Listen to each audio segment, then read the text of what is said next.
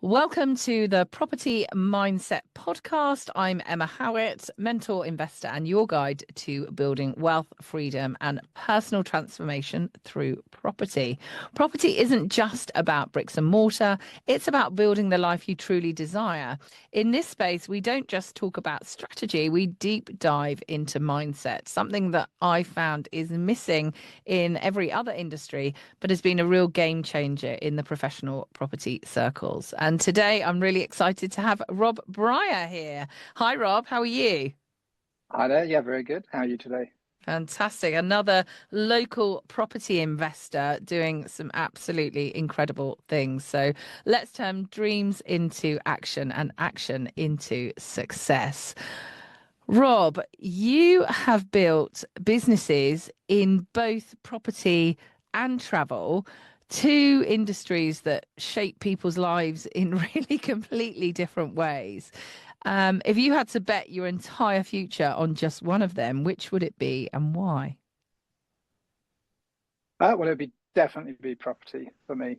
Both property and travel offer lots of opportunity, but with property, there's so many different layers and opportunities. As you know, we have our estate agency franchise network is one side, but investing in property the other side, plus all the other bits and pieces, opportunities, service accommodation, letting, sales. So if I had to bet, on the future, whatever way the market turns, there's something in property. Everybody's always got to live somewhere. Sometimes holidays, we want to go on holiday, but we can't always go on holiday, but we've always got to live somewhere. So property is the key. Absolutely. I'm in agreement, although a good holiday is great too. Yes. So you come from a property investing background and have moved, if I'm correct, into estate agency and doing a franchise. How did that journey sort of come to fruition? Well, it was actually the other way around. Oh, I was more so, but first of all, I was in finance, mortgage advisor, etc., which led me into estate agency and lettings. And it was really later on. I always wanted to be involved in property investing. I would say that's what got me into estate agency, but starting my interest probably in my early 20s. I just felt that by becoming, going down the estate agency and the finance route, that gave me credibility to help me later on become a better and more trusted property investor. What I would say, just to add to that, is that my only regret, and I was just saying that to someone this weekend, is that I didn't do it earlier. I should have had more confidence in myself. And then it comes to exactly your show, Mindset. I remember being 23, 24, my brother-in-law saying to me, right, here's some properties that you could buy. And in my mind, I couldn't see how that was possible for me to buy a property. And he was almost saying, I'll help you. I can help with the deposit. And I was blinkered to that and couldn't see that I could do it and chose to rent instead. And it took me a while to kind of get the mindset right and realize that actually I can do it, that I could buy property. But it took far too long. so how did you get to the stage where you went from, estate agency into the franchise? I mean, I love the franchise model. I think it's really creative. And I got to know you through some of your franchisees who are in the BNI and looking much more creatively to sell and properties for people and to do the lettings. And I was really sort of intrigued by it. And then eventually I sort of met you at networking and things. So how did that kind of come together? So as I said, I was involved in financial advice, and when I set up my own business, it just seemed like a natural progression to have an estate agency as well and have that feed the business. So we actually bought into a franchise ourselves, and 3 years of pain with that franchise led me to leaving that franchise and thinking I could do this so much better. Your traditional franchise, in my opinion, gives you a name, a training manual, hopefully some systems. But I felt there was so much more to give with that. So we created like the proper full-on turnkey, dare I say, the McDonald's of estate agency, where the systemization, everything was done. All the support and staff, was paramount. So that kind of led to us creating what we have now. It wasn't through, wasn't without a lot of pain. Our 3 years of setting up with our franchising was from 2007 to 2010, when we first got into estate agency, when nothing was selling. Forced us into lettings because we were literally earning no money. My two sources of income, mortgages and property sales, and neither of those were happening. So that forced us into lettings, and it was a tough time, and I don't hide away from it. After 3 years of not earning a penny, I almost sort of cracked, and I was going to walk away from the business and never do it again. And when I walked away from our franchise that we bought into, luckily I had a business partner who wanted to carry on. I couldn't see the future in that way of doing things, so it was done quite amicably. But I walked out of that office, never wanting to be involved with property ever again, because it had literally broken us. Literally had nothing left to my name. And literally overnight, the next day, I remember clearly I was out with my two young boys that were 5 and 6 years old at the time. I was down at the RSPB Nature Reserve in Dungeness, and just had peace and quiet and good times with my boys, and it just allowed my mind to settle. And suddenly, this clarity, this epiphany of, actually, no, we've built a really good business. We've had some bad advice, some difficult times, but we're really good at this, and we can do it, and we could do it better. And so I set out, like, literally then, mindset shift completely from failure, never doing this again, to actually, no, we could really do this. And that's when we started the good, set it up overnight and never look back, as just went from strength to strength. I spent a year refining it. We were working from home, so not in high street offices, which nobody was really doing then. So it's a bit of a fight and a battle against the norms. But I spent a year just doing that from home, slowly relaxed, digging the garden, feeding the chickens, taking a few phone calls, but all the time writing the systems and the manual of how this was going to work. And pretty much a year to the day of setting that up, we started taking on our first self-employed agents. And we didn't go straight into franchising. We didn't really want to franchise. It was more of a contractor basis, just making it nice and easy for people to come in. But after a few years, we found that some of our agents just wanted that next level. So we kind of created the franchise out of necessity as the next step for our agents who had reached a certain level. And that's been great, because what it meant is that we then were able to do something that not really anyone else does. It provide these two levels where you've got the full franchise, which is £10,000-15,000 to enter. But then we've also got this low cost way of people entering for a few £100 a month, where they can get started if they don't have the investment. And that's proved to be very popular. And I would say some of our most successful franchisees are the ones who came in at the low cost level and built it up and learnt the ropes, and then later upgraded to the franchise. Interesting. How does that work then, the low level offer? So basically, it's very much the same as the franchise. It's just less commission. So it's a risk reward basis. Put in more money at the beginning, we'll give you a higher split of the commission. So on the full franchise, they're taking 80% of the commission. On the lower level, it's split between sort of 50 to 70%, depending on the service. But outside of that, the support is the same. The access is the same. Everything we give them, so access to Rightmove, Zoopla, all their property advertising is very much the same. But again, a couple of key differences. The franchise owns the business; they own their area. The what we call Agent Pro, which is our light offer, they have an allocated area, and they've got to work it in order to. Well, everyone's got to work it to keep it, but they're not specifically secured on that. That said, we've never take anything away from someone who's not working it, but it's just a differentiator. There's very little between the two, but people want that. They want to go from that Agent Pro to ownership, to actually feeling like they own their business.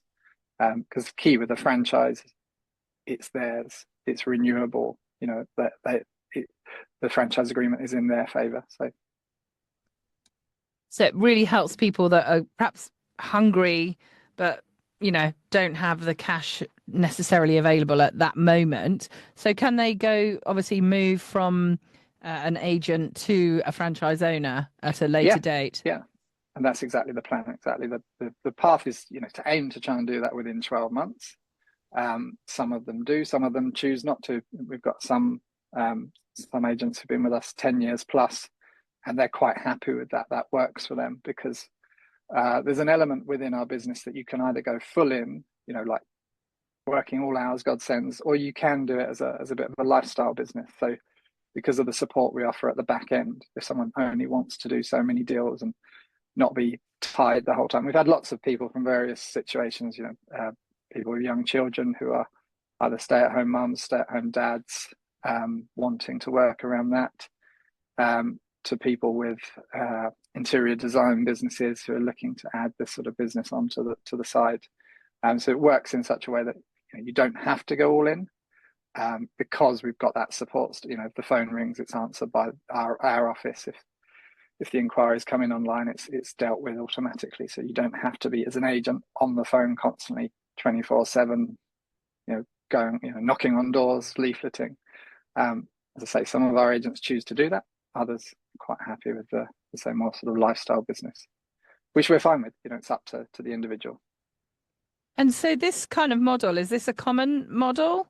I mean, I do know some franchise companies, and in fact, we're buying into a franchise company, um, and they don't offer anything like this. It's just the franchise or not. Are Yeah, there other? it's fairly unique. I don't really know of anyone doing. There's people offering similar services on both sides. I don't know of anyone who does both, and there's reasons for that. And we wrestle with it sometimes because we have people who've got 15,000 to give to us today, who'll go for the couple of £100 a month option, and if we didn't have it, they may have given us that 15,000. And so I'm sort of perhaps robbing from myself. But I always say to them, actually, I prefer you give me less money. We're about finding long-term partners for the future, not about selling franchises and making money out of selling franchises. Yes, it's great when we get a franchise, a big franchise fee. That's great. That all helps. But it's all about the longer term, building the future, and actually us, creating win-win scenarios. We earn money when they earn money. That's going to be better for all of us. And you spoke about the McDonald's of franchising, where you've obviously put into place, a lot of systems and processes. What does that kind of look like? I mean, is it very different to, let's say, your high street estate agent, letting agent, or have you just put in more things into place? It's very, lots of standard operating procedures or something like that. No, I think it's very different. I mean, the world is catching up, but it still amazes me. So, for example, if you wanted to view one of our properties right now, you could view it on one of the portals, click a button, you're going to instantly get an email and a text back from us offering you the opportunity to book it in the diary and get that set in the diary.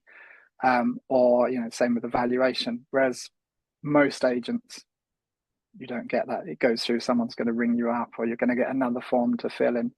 And yes, obviously there's a bit of qualification, but just simple things like that. The customer, when you're surfing the internet, for example, if you sort of, let's say for a valuation, if you inquired to one agent and you're waiting to hear, and another one and you're waiting to hear, and you inquire to us and we say, okay, book it in, you get an email confirming when it is. At that point, you're done. Great, it's done. It's in the diary. I don't have to carry on surfing. So those kind of things have proved very successful. As I say, some agents are catching up a lot slower than we thought, but simple things like that. But then on the more technical side, so I'm always like, how do we stay one step ahead? And I admitted last year, I was at a talk saying, it's a prop tech talk, and I was saying we've kind of sort of rested a bit, and I can see other people catching up, so we need to get a step ahead. So I'm currently integrating AI into our systems to do all sorts of clever stuff, making the job easier for our agents, making the responses, various things better for our customers. But simple things as well, finance. So, I would say to people like money loves speed. The quicker we can move money around, the better. So we built all our own systems.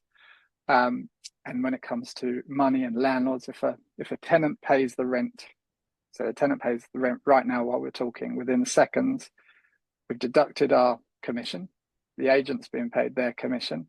if the plumber's been out, their invoice has been paid, and the landlord's got their balance plus their statement without anyone having touched it.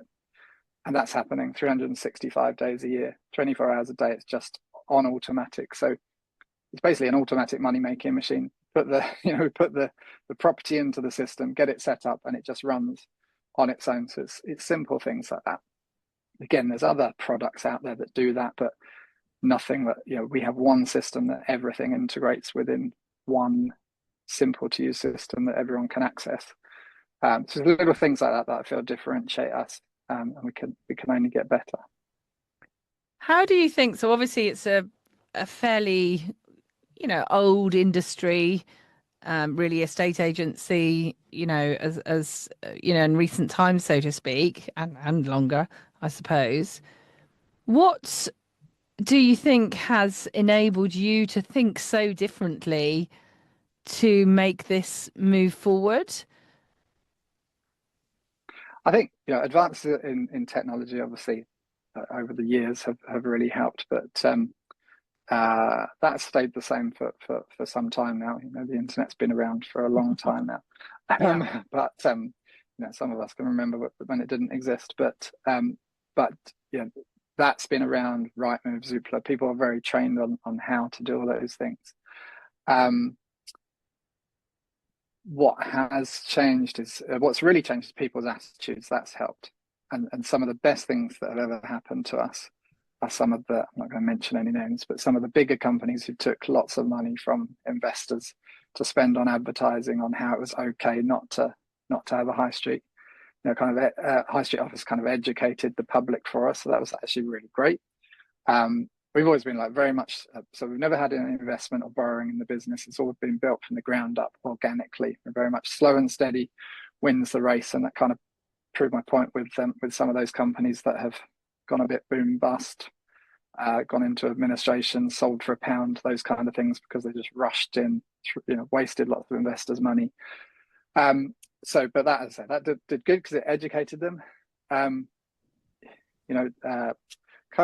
lockdown was a terrible time, but it taught everyone some valuable lessons.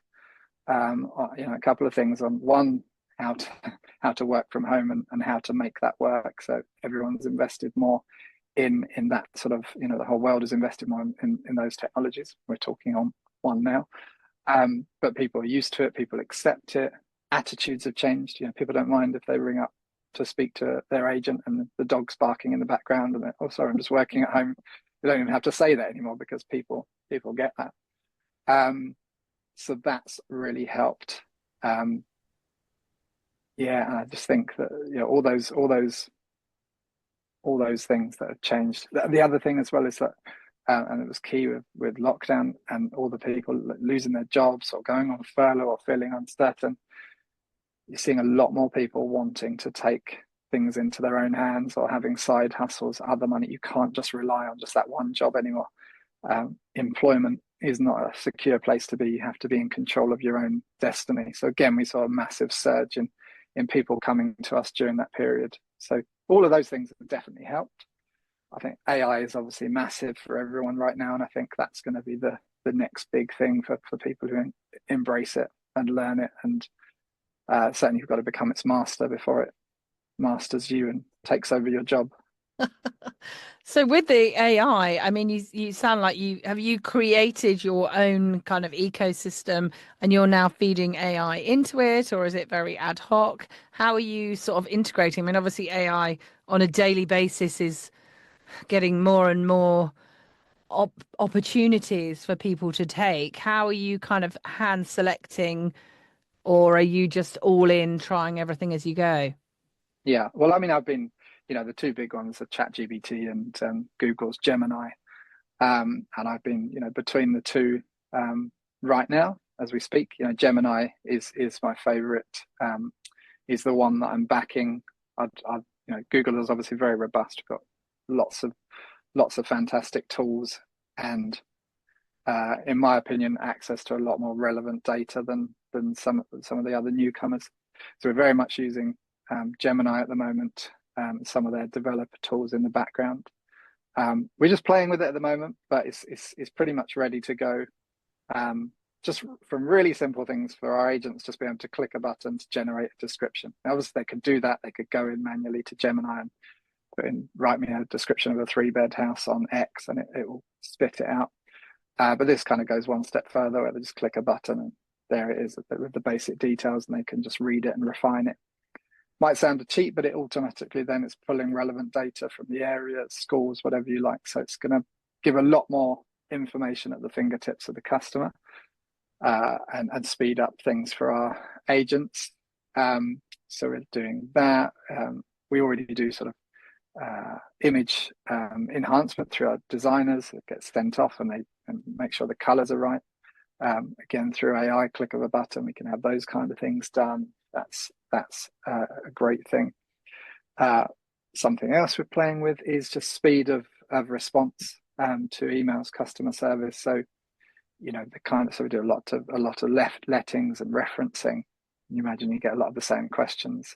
So, this is simple stuff. It's not really so much AI, but it's sort of prompted us to go in this direction. If I can't upload my ID, you can pick out the keywords and instantly send them back an email and say, it sounds like you're having these issues. These are the steps. And if that's not right, they can always go back. But at least, again, 24 hours a day, they're getting a response while they wait for their agent to come back to them on the steps that they need to take to solve it.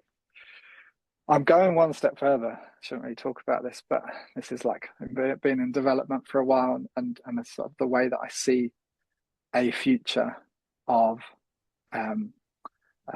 this is very much going to depend on how customers feel about this. But I've been developing another property portal for a while now, which is completely different. But rather than searching for the property that you're looking for, it tells you the property that you're looking for. So, think about this. So, you typically go on and say, I'm looking for a 2-bed property to rent in Folkestone. That's your search criteria. Well, how about instead of that? Hi, I'm 23, married to a 25-year-old man. We've got a baby on the way. This is our income. What should I be looking at? Can actually tell them, based on the area you're looking at, these are the types of properties you can get. This is what you can get now.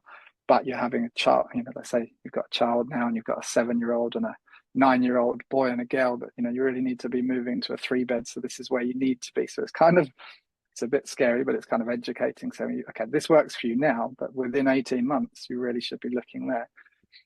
Now, this is a little bit, crazy and wild, but then you have a situation where suddenly you're getting an email 18 months later saying, it's probably time you were thinking about moving. Look at these houses on the market. So actually prompting people to move. An interesting fact that not a lot of people know is that there isn't a housing crisis in the UK. There's plenty of housing in the UK. There's enough housing stock for everyone. It's just inefficiently used. And there's a few reasons for that. You could blame stamp duty for one of them, like making people not want to move because of the cost of moving. But there are people, there are couples living in 5-bed houses who don't want to downsize, don't want to move yet. And there are people squished into 3-bed houses that need a 4-bed or a 5-bed. And if we could just have an integrated system that would help people, if we could remove some of the barriers, if we could speed up progression and sales progression and sales, then we could get rid of some of these bottlenecks, and there would actually be enough property in the UK if we could just work it all out and move it efficiently. That sounds a bit big brother, like you're living in a 5-bed house, you need to move. I'm not saying people have to move, but I think you could educate people that how they could be a lot happier if, whatever age, young moving into, aspiring for more, older people looking to downsize to that bungalow so they just have a higher quality of life and less to maintain and think of the future. So yeah, that's my sort of wild shoot for Mars kind of thing going on with AI. And really powerful. And I have to say, there's so many things that you could bring up about that, but actually very key, because you don't know what you don't know. And actually, as you said, if you paint a picture, it's so much easier, isn't it? So as you said, you might get first time buyers who, let's say they've saved up a certain amount of deposit, but they mention that they've got a baby. it may be that, you know, the AI or your system might say, look, you're so close to getting the next property, you know, is it worth, you know, really considering actually going for the next property? Or equally, when you are downsizing, this is how much better things could be for you. If you're currently in this situation, you could maybe go on 2 holidays a year. Yeah, And actually, what you're pushing towards is this kind of creativity. And that's what I've really sort of seen with a lot of estate agents. And you've obviously, you know, a lot about creative property investing. We'll ask you a bit about that in a minute. But, you know, a lot of estate agents, they literally just buy and sell properties. And potentially there is more to offer that is a bit more creative. Is that kind of also what you're moving towards as well? Sometimes just a buy and a selling of a property isn't the best necessarily for the vendor. There might be other ways that they would actually, you know, pay less tax or have different things. Is that kind of where you're thinking the industry will yeah, move into? definitely. And it's something that we're, like you say, we sort of embrace on our, you know, within our agency, and with myself, and that a lot of estate agents are scared of and shy away from. You can try and talk to an estate agent about lease options or, you know, rent to rent or anything like that, and their immediate fear is they're not going to get paid, and it's not right, it's not legal. You're subletting all of these, you know, things that they, yeah, perceive to be illegal. So I think that, yes, you know, this opens up a lot more opportunities, and well, you know, that they're out there. I mean, one of our landlords I was just talking to today, you know, fed up, you know, got a portfolio of properties. He's fed up. He wants to sell them, but just hasn't, you know, the tenants haven't exactly looked after the properties. They're not at the highest value. It's not the best thing for him. And exactly that, you know, I've said to him, well, look, why don't we have a look at a different option where we take the hassle off your hands? You know, we'll guarantee the rent, we'll do up the work, and we'll agree a price to pay for the properties. Again, he's got a portfolio, so he's going to get hit with various taxes. So what's the most efficient way to do that over the years? You know, so there's so many creative things. And I think as we head to a much more so a greater number of self-employed agents within a state agency with networks like us and some of the others, I think, you know, less of the corporate buy-ins. It's the corporates that get scared of, oh, that sounds right, we might get sued. Whereas your individual agent is willing to explore new ideas, and obviously making sure they're all legal, should all go through solicitors. But I hope, you know, I hope that we will see a future, because, you know, you don't always have to buy a property, you don't always have to rent a property. As you and I well know, you know, lease options, that sort of thing is a great way to do things, which, yeah, probably leads me nicely to talking about, you know, the project that I'm doing at the moment, if you like. Yeah, please do. I The know we both are. I was very inspired. You spoke at a local networking event and talked about, yeah, this project. I think it would be great to share the project. Yeah, yeah. So I, you know, started as bit background before that. So as I say, estate agency, got into property, managed to start investing in property, getting other investors on board to be able to start building our own property portfolio.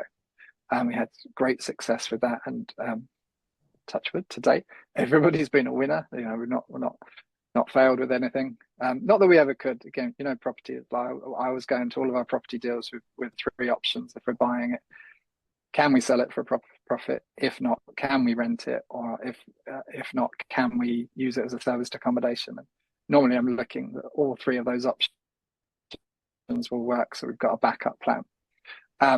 So I think if you, and again, you know, our investors who partner with us, it's like, this is the plan.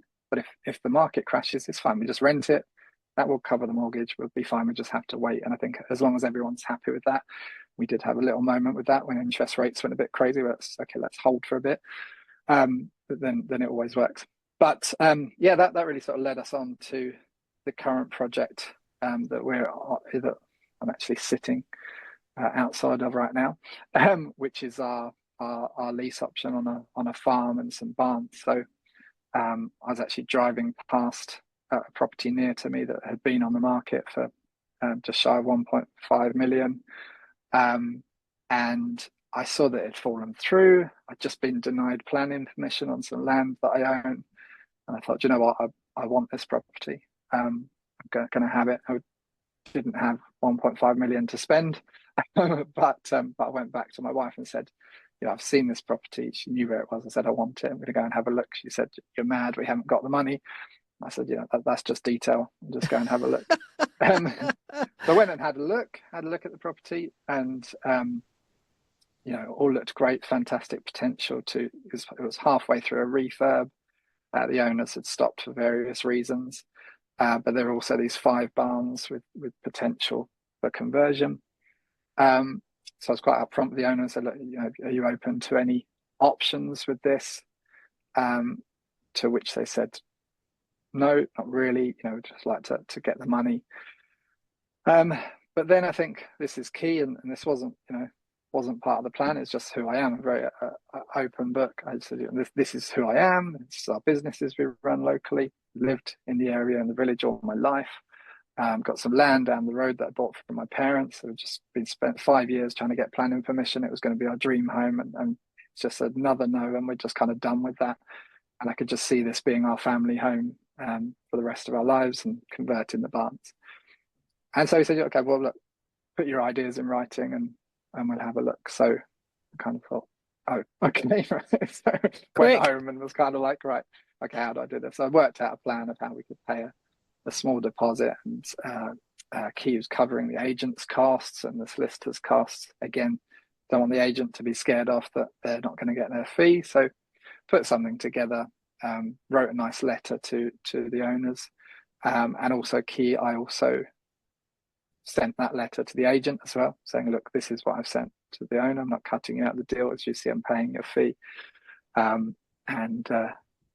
Anyway, long story short, bit of negotiation, really about a year of going backwards and forwards with the solicitor. By the time the solicitor sorted it out, we took on the deal, and I say we're sat in that now. And we actually moved on site 6 months ago into mobile homes on site, because we were halfway through the refurb, and it's an expensive process.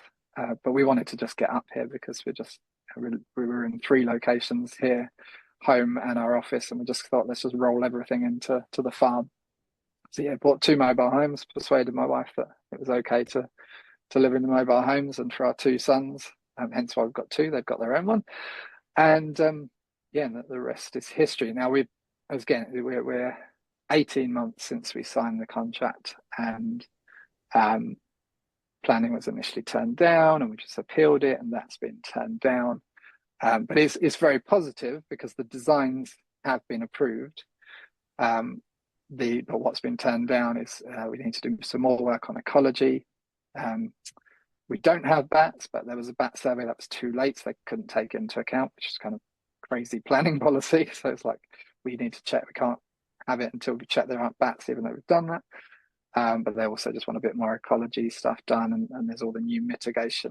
You've got to have, if you know the recent changes where you've got to add 10% biodiversity to the site. We've got 6.5 acres here, so none of that's a problem. The only other problem is that they want to explore whether business use or holiday lets would be better, which would be fine, but the cost of doing this build is just not viable. Although we'd love to do them as holiday lets, and that might be the backup plan, or maybe the plan, just for getting finance and for, again, covering all bases. It's going to cost the best part of 3 million, this project. So we need to know that there's an exit if we just can't afford the finance, we can't get them rented. So yeah, that's where we are. Big, complicated, fun project. But part of this is about mindset. I'm not going too much into mindset, but with that, how did you manage to even think through this? So obviously you saw it. You've had some disappointment. So fantastic. You're looking for the next one. 1.5 million. Hi, darling. I'd like to buy this. Oh, it looks nice. How much? Clearly, that's not really an option at the moment. And you've sort of kept going, and then you're not just managing here your own mindset. You're managing your whole family. They're now living in a very different scenario. How have you managed to kind of sort of pull that all together? Do you kind of just lead from the front? Is it very much a family scenario? are you just absolutely sure that no matter what, things will work out? How do you work your sort of Um, mindset out with that? yeah, so the two things about, so I'm very lucky with my wife. We've done everything together. We've been through everything together. We started business together. We lost together. We've won together. And she believes in me, which is great. So that's a big thing. But then again, it's sort of quite strange in that obviously this is going to be, it's a big grand project and it's going to be a uh, you know, fantastic home for the rest of our lives. But we would be just as happy in our camper van, living on the road and traveling around. So that's how I deal with it in my mind. It's like, if this didn't work out and we couldn't complete, we lost all the money that we put in. Well, it was never my money in the first place. It's money that we made from other properties. It's not really real. And, we just go off and, the old saying, they can take everything from you, but they can't take what you know. I just know, in my mind, if that happened, if took everything from me today, tomorrow I'd be back on, because this happened to me. So I've had the physical experience of that, that had just started again. And, the next day everything was better. So that really helps. And the fact that, my wife stayed with me and our boys have grown up with that, they're in their early 20s. They work very much in the business, refurbing the other properties that we do, helping out in the farmhouse, helping out with the core business. So they're very much involved. I can't say everyone was fully on board with moving onto the site. My wife thought I was joking, and she thought it was just one of my whims that I was going to get over, until I came back 2 weeks later and said I've actually bought them. And one of my sons thought that we were doing it just so that it looked like we were living here, because for security and all sorts of other reasons, the cost of insurance here, all of these things. So he was a bit surprised when we actually moved, because he was quite happy where he was. Wow. The surprise was my youngest son, who's 21, who's 22, 20, no, he's 22 tomorrow, next couple of days. Anyway, he surprised me by being the most on board with it. He absolutely loves it, because they've basically got their own pad here, so they've got their independence, but with us paying the bills. So, but I say everyone's come round to the idea. It quickly, things quickly normalize. It's amazing. So we've been here, I think, 7 months now, and it's just normal. And it's comfortable. It's been very cold. Gotta say that it's been very cold at times. But once we sorted out the heating, it was fine. But it is quite strange, because we have this fantastic 5-bed property literally right next to us, which is half complete. We're almost done upstairs. We're sort of moving down. We might, we sort of half got a plan where we might move in upstairs in a month or so. But it doesn't feel like home. The mobile homes feel like home, because that's our normal at the moment. So, but yeah, so I just very much, I think if I didn't, got so much going on with that and the travel franchise, and property franchise, and other property deals, that I think you'd just go mad if you couldn't compartmentalize and just be happy that, if things didn't work out, everything would be okay. I'm very cautious, as I say, like with our investors that we've got involved on other properties. I never, I've got, massive conscience. I could never sleep if anybody was, slightly at risk. So I've always been very cautious, making sure that everything is secured, and that we never overreach ourselves, and can always correct things. But so one side I'm really cautious, the other side for us I'm like, okay, it's only only a few £100,000 we lose, it's fine. So. But that sounds like you've got a lot of responsibility, really. Obviously, the family, you've got investors, your franchisees. So I would imagine, especially around, so many changes, and we've got the Renters' Rights Bill coming up. There must be a lot of fear within your, franchise business that, people that you work with have.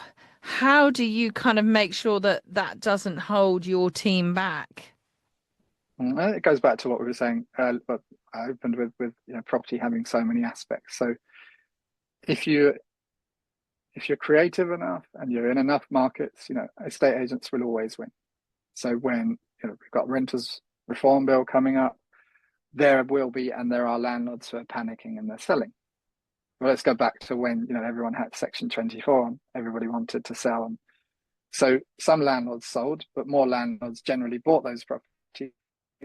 So for us, we're going along, managing the property, taking our 10% every month, and then suddenly, oh, £3,000 sales fee, carrying on. So for us, that's a bonus. Okay, sold it, but now we've got a new landlord. So we've got serviced accommodation business. So, you know, you have some bad tenants, you couldn't get out. But the landlords had enough of that. So we said, well, why don't we try serviced accommodation for you? Then you've got a bit more flexibility. So that moves things across there. Then something like lockdown happens and they, you know, can't get those rentals anymore. But that's fine. Everything's selling. So now we sell those properties. So it's just, you know, it's having those kind of things to go. So it's fine. Just shift it there. As I say, something's got to happen with those properties. People need places to live or to go on holiday, to rent, to buy, to sell. So it's just key making sure you're in those different areas. Rentals generally, you know, has always been pretty stable. Yes, there'll be a renters reform bill. There's things in that maybe I don't like, but actually most of it makes sense. If you're a good landlord, I mean, so what, they're getting rid of Section 21, no fault evictions. I don't want to get rid of tenants that are good and they're paying the rent. You get the odd moaner, the odd person who perhaps doesn't look after the property as you'd like, especially around Folkestone or the basement flats and damp and people not ventilating. You get those issues, but you deal with them and you educate. But generally, we want tenants to stay. So I think that side of it's good. Yeah, well, let's wait and see. But you know, we bought other letting agencies in the past, and you know, one locally, and the quality of properties that we bought, you know, just diabolical, because either the agent or the landlord are between them, they haven't looked after those properties, which is just crazy on all sides. The tenants aren't being looked after, their assets aren't being looked after. So anything that kind of forces everyone's hand to actually make things better. You know, electrical certificates, when that came in, that was a pain, but what a fantastic thing for letting agents to say that you have to, you know, you have to do this, you have to make it safe. Made our job much easier. So let's wait and see when they start putting blocks on rental increases and stuff like that. If they do this, I mean, the things that we manage properties in Scotland as well. So when they froze the rents in Scotland, but, you know, allowed the interest rates to go up, just completely unfair practices, which, you know, made, you know, a number of landlords go bankrupt, because how do you support that? You can't get the tenant out, you can't put the rent up, but your mortgage is going up. Let's hope that they don't do that. Try to avoid talking about politics, but I don't think I have any politicians that I like, so not one way or the other. Wow. So you obviously you have a lot of options in place to help alleviate any fears that might come about. And you are, you know, so confident in that. You mentioned something about a 30-day challenge. Do you want to just Oh yes, yeah. tell us a So bit more about that? yeah, thank you for reminding me. So in the past, we've done this a nice training and exercise for our agents, but also so we're 17 years in since we started this we're in as a self-employed person. And the longer you go and the bigger you grow, the further that I get away from the front end. And I've always prided myself on, you know, I've never asked someone to do something that I wouldn't do myself or hadn't done myself or wouldn't do again.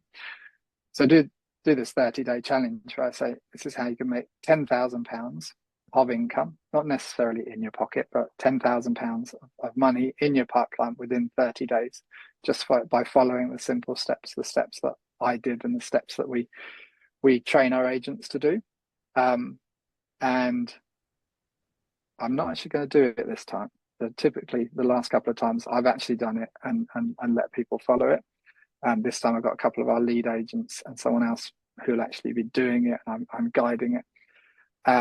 There's reasons for that, because we're doing so much more with it. So we've written a book, sort of a workbook to go with it, which is going to be available on Amazon, and we're just like really throwing lots of resources into it podcasts, recordings, landing pages, specific websites for people.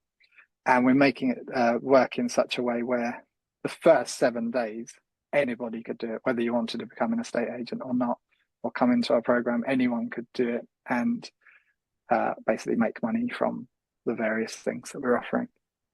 But yes, so we do this 30-day to 10K challenge. When we launch it this time, it's not going to stop. So it's just going to be a rolling 30 days. So anyone who wants to join the challenge will be able to start at any point, just from day one. But key, what we're doing with this is so our normal, so I talked about our Agent Pro offer, that's how you get into it. That's £192 a month. We're doing it for £1 for 31 days. So saying you can come along, pay £1, get into the trial, get this 30-day challenge, get all of our other training as well. So basically everything, how to get into property and estate agency, lettings, a few other strategies, raising cash, all those other bits and pieces. And they can do that for just £1. So yeah, that's launching in about a week's time, or Amazing. possibly after this has gone out. So it's available now at the goodpropertyfranchise.co.uk. So if you go to the goodpropertyfranchise.co.uk and get access to that. Wow, that's an absolutely incredible offer. And we'll definitely pop that into the show notes. And sorry, I must add to it. Sorry, interrupting you there. So the first time I did it, I achieved it within 13 days. The second time I did it, I achieved it within 7 days. So it works. And I always say to people, I'm not going to divulge everything that's in it because then no one will do it. But if I had been given the opportunity that I provide for people when I'd first started, I would have just bitten their hand for it, because we've taken all of the hassle away from people. And all they have to do is go out there and get business. So I prove it during this challenge. That's an amazing offer, and what an amazing opportunity to be able to take so much knowledge, or 17 years, and basically condense it and help people run with that. Do you just have a question? Do you offer kind of mindset stuff alongside that, just out of interest? Because a lot of the time we know people go on courses, they do things, and a big proportion of it is you've got all the information there, but you don't necessarily do it. Yeah, I mean, part of the challenge and the daily reminders is part of that. To say, it's just one thing per day. That's all you have to do. But yes, I'm very much into mindset and encouraging people outside that along the way. Anyone who's within our network gets the benefit of 1 hour a week with me, where I just literally go through these kind of things. And it's called Ask the CEO, and it's just an open forum when anyone can come in and ask questions, and we can remind them about how to get the business, how to get the right mindset.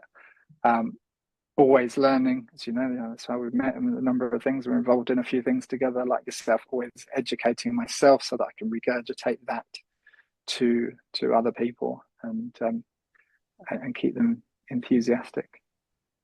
Awesome. Well, look, we're just drawing to the end, and I like to do a quick fire round of 4 questions, if that's okay. Okay.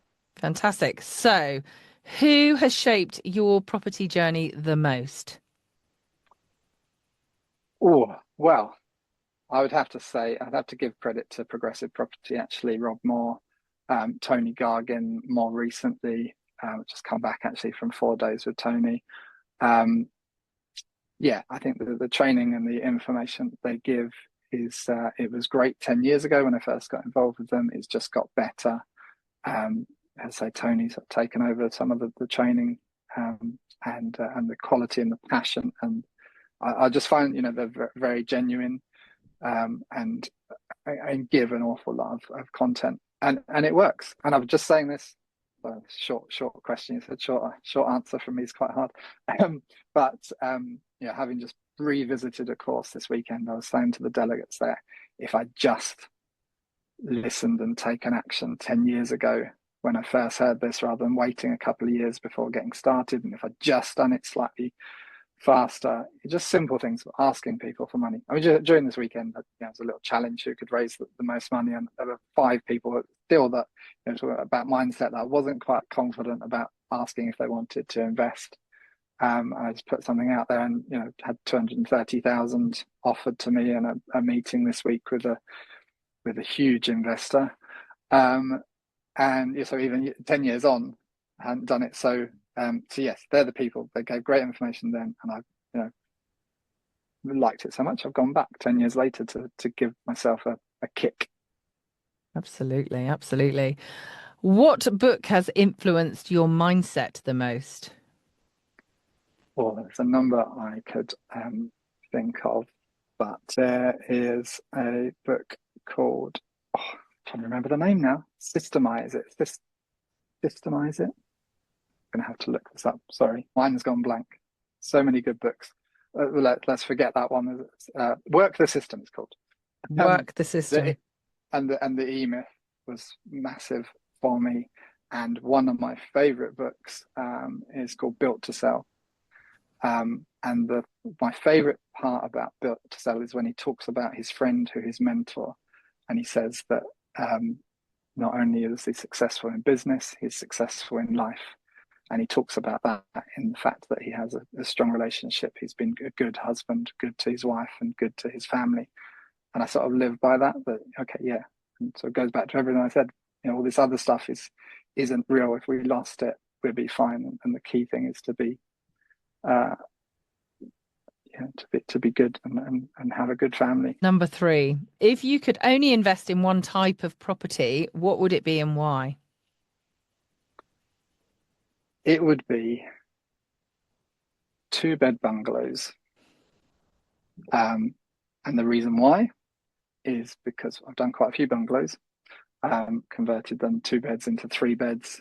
But my biggest reason for it, apart from having quite a lot of success with bungalows, is in between doing a couple of 2-bed bungalows, we did a 5-bed Victorian house over 3 floors. And stairs are very tiring. So you get your hands dirty or wanting to up and down the stairs, trying to get stuff down the stairs. It's like actually bungalows. Everything's all on one floor. It's nice and simple and quick turnaround. And nobody's building any more bungalows. So Yeah, they're very always in true. demand, and they always as an estate agent. The reason why bungalows are have a high value is because they're typically at the end of every chain. If someone moving into a bungalow and they've got the money, they're probably downsizing, so they've got more cash and will pay more. So Interesting. Yeah, I feel your pain. I've got a 9-bed HMO over 5 floors and my hotel over 5 floors, both with stairs. So yeah, I'm with you on that one. yeah. And finally, what's your non-negotiable morning routine? Oh, so this has recently changed. So I used to always say that I do nothing. I don't do anything for anyone else before 11 o'clock, and that was my routine up until the beginning of this year. Now my non-negotiable routine is between 6 and 9. I wake up, and that is my focus time to plan and do. So I plan my day and pick out my sort of biggest tasks that I don't really want to do, and just knock them off while I'm awake and alert. So I do go running fairly regularly. I generally would go running first and then do that, but I just found that I'd end up going running and feeling like I had stuff to do. So now by doing those 3 hours, I knock all that out of the way, and then between 9 and 11 every day, that's my time. But I've already done 3 hours work. I've got some big tasks out of the way, and I've fired out all the instructions, and I can go for a run and sit on the beach and have a latte and not feel like there's things waiting for me that I'm in a hurry to get back. And I have a Like, coffee. I I need a like it. coffee as soon as I wake up. I like it. I like it. Well, Rob, you're an absolute inspiration. And what I really admire about you is this absolute consistent, working creativity that you have in your head and how you're able to implement that to not only your own business and to help so many other people. So absolutely brilliant. So thank you so much for being here with us today. Yeah, thank you. Thank you for having me. No worries. So today, everybody, we have been very fortunate to be talking and being inspired by Rob Bryer. And Rob, where can we find you? Obviously, we're going to put some show notes and we're going to put your franchises in, the Good Estate Agent, etc. Can they find you on social media, places like that? Yeah, you'll find me on Instagram, LinkedIn. Um, you will actually have to find me under Bobby Bryer, as I recently had a rebrand for marketing reasons, which is very confusing for my wife. So Bobby Bryer on social media. Yeah, you'll find me on LinkedIn, Facebook. There's not many Bobby Bryers out there. I think I could be the only one. Brilliant, brilliant. So remember, guys, property success isn't just about what you do, it's about how you think. When you combine a strong strategy with an unstoppable mindset, there's literally no limit to what you can achieve. So do reflect on what Rob has been saying today in this episode and think about what's the one thing that you can take action on today and implement this week to move you closer to your property goals. And do remember, if you know anyone struggling in their property journey or somebody who needs inspiration, do share this fantastic episode, and it could be the game changer that they need. Remember, the more people that we help, exactly like Rob is doing, the greater our own wealth in every sense of the word. So growing this community means growing the potential we all have to succeed together. Your mindset is your greatest property. Keep building it.